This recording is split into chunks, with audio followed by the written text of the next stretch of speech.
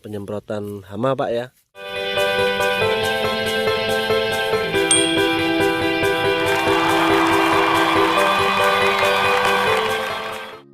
Oke, selamat pagi bosku, kembali lagi di channel Agung Ide Bisnis, berbagi ide bisnis yang ada di sekitar lingkungan kita. Ya teman-teman, kita pada pagi hari ini akan bahas tentang budidaya jagung supaya hasilnya melimpah ya. Nah, ini kebetulan saya menanam jagung pioner B27 ya. Ini jagung musim kedua ya, jadi musim ya dimana kurang air ya.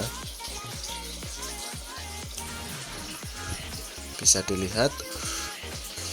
Nah, tips untuk perawatan jagung supaya hasilnya maksimal adalah tentunya kita pas ya untuk tanam jagungnya, jangan sampai telat air ataupun kebanyakan air. Tentunya di panen jagung yang kedua atau musim tanam kedua ini ya, kita harus memprediksi bahwa alam akan memberikan air yang pas. Jadi di saat jagung itu mengisi ada air ya, tapi biasanya akan kekurangan air juga. Nah, selain itu kita melakukan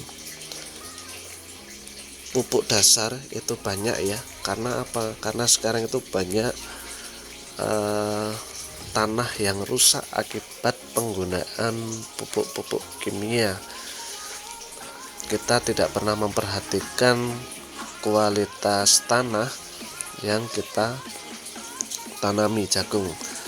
Makanya kita harus memberikan alam yang baik juga, tentunya dengan pupuk organik, misalnya dengan pupuk kandang ataupun dengan pupuk fermentasi dari daun-daunan yang busuk. Nah, ini jagung, kita lihat jagung yang sudah gemakar atau sudah layak untuk dimakan ya. Nah, ini jagungnya sudah rata, tidak ada yang berlubang-lubang. Nah, untuk penanaman jagung itu bisa memakai jarak tanam secara legowo. Untuk tanam jagung yang kedua ini biasanya sistem legowonya kurang kelihatan karena kita mempertimbangkan jarak atau bekas dari tanaman jagung sebelumnya, jadinya nggak legowo karena sulit. Lalu bisa dengan pengobatan ya, pengobatan hama atau pengobatan gulma supaya pertumbuhan jagung maksimal. Bisa menggunakan obat ya, khusus herbisida, khusus jagung, dan yang sistem bakar. Jadi harus disemprot ya supaya pertumbuhan jagungnya bagus. Nah, setelah rumput mati bisa dilakukan pemupukan kembali sesuai dengan luas lahannya. Untuk lahan, nah ini kita melakukan penyemprotan jagung gulmanya ya, supaya nah ini kelihatan banyak sekali rumputnya. Nah, itu sudah terbukti bahwa rumput-rumput pada mati. Ini kebetulan kita di pinggir, jadi hasil jagungnya pertumbuhannya kurang rata. Nah, ini di samping pertumbuhan jagungnya belum bagus. Nah, penyemprotan jagung bisa dilakukan sesuai dengan kebutuhan ya, misalnya mau tanam atau setelah tanam. Nah, jagung sekarang ini juga diserang oleh ulat dan wereng ya, terutama sekarang ini werengnya sangat banyak sekali. Nah, rekomendasi untuk obat insektisida ini pakai trisin ya, untuk membunuh wereng, bisa teman-teman praktekkan ya. Nah, ini contoh jagung yang terkena wereng ya. Jadi teman-teman harus memperhatikan jagung yang terkena hama, harus segera ditindaklanjuti ya. Sistem yang kita pakai ini ya semi organik ya, bahkan 60-70% itu kimia ya, karena kita nggak mungkin mengobat gulma itu pakai koret atau secara manual ya. Kita harus tetap pakai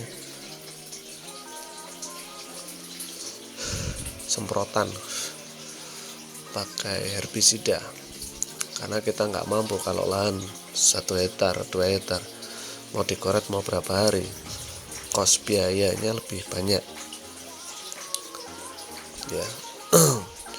Terus untuk pengobatan wereng ya wereng saja dengan obat yang sudah dibuat oleh PT kadang pun tidak mati, apalagi kita buat yang herbal.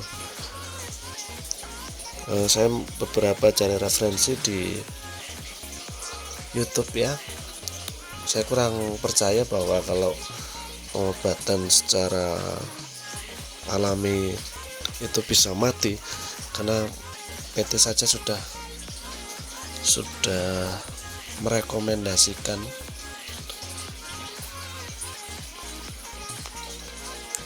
mereka sudah meneliti, setidaknya mereka sudah uji coba dengan hama yang disemprot, insektisidanya sudah mereka buat sesuai dengan standarnya ya. Dalam budidaya jagung kita rekomendasinya ya organiknya dengan pupuk saja, kalau yang lain-lain saya kira kurang mampu. Jadi semua harus kita kendalikan sesuai dengan yang kita harapkan, supaya hasil panen jagung kita melimpah ya, hasil panen jagung kita memuaskan. Oke guys, semoga video ini bermanfaat ya buat teman-teman dalam berbudidaya jagung, supaya teman-teman hasilnya melimpah. Oke guys, terima kasih.